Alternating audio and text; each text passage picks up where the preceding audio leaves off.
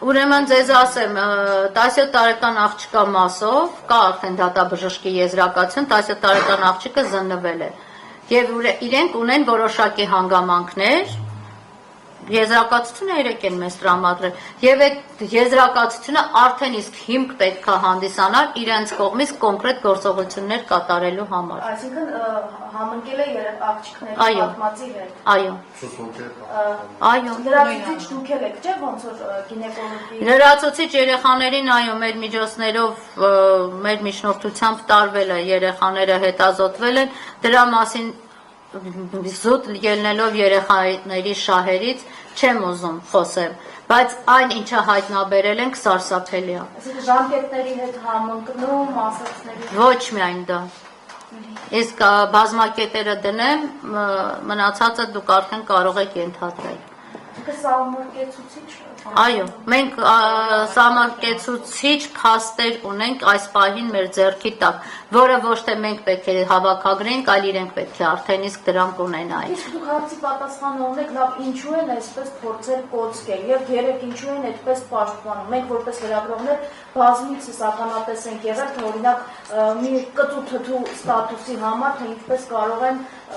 մարդկանց փռել ասֆալտին, իսկ երեք փաստաբաններից, հարազատներից եւ լրագրողից պաշտպանում էին ոստիկանները մանկապիղծների։ Ծառերի փշերի միջով անցկացնում էին, միայն թե դեմքը չնկատեն։ Ժողովուրդ, դուք պատկերացնում եք մենք հիմա ինչի մասին ենք խոսում։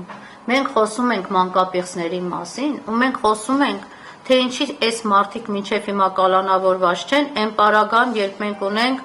ընդամենը մեկ գրառման համար կալանավորված սրբազան։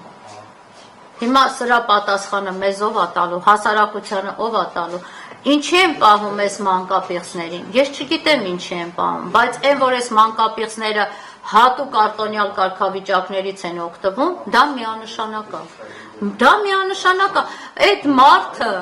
այդ մարդիկ իրանց ոտքով մարդկանց բերեցին, ընդունեցին, հրավիրեցին ոստիկանություն։ Ես բռնությանը դեմ եմ, ես չեմ ասում, որ մարդիկ պետք է բռնության ենթարկվեն, ես չեմ ասում, որ մարդկանց տենց իրանց սիրած բառերով, ասֆալտին փռելով պետք է տանեն բերում։ Դավիթ Մինասյանին ո՞նց են տարել։ Մարդիկ եկան, հետո էլ գնացին։ Այսինքն այդպես է, Դավիթն էլ այդ ժամանակ կարգավիճակ չուներ, երբ որ Դավիթը ձեռնաշղթաներով գլուխը կպցրել էին գետնին ու Դավիթին տանում էին։ Ինչի մասին է խոսքը։ Հիմա դուք ասեք, համեմատությունը լավա դուք եք վերում։ Այս մարդկանց նկատմամբ լավ մեղմ ասեմ, լավ վերաբերմունք կա թե չկա։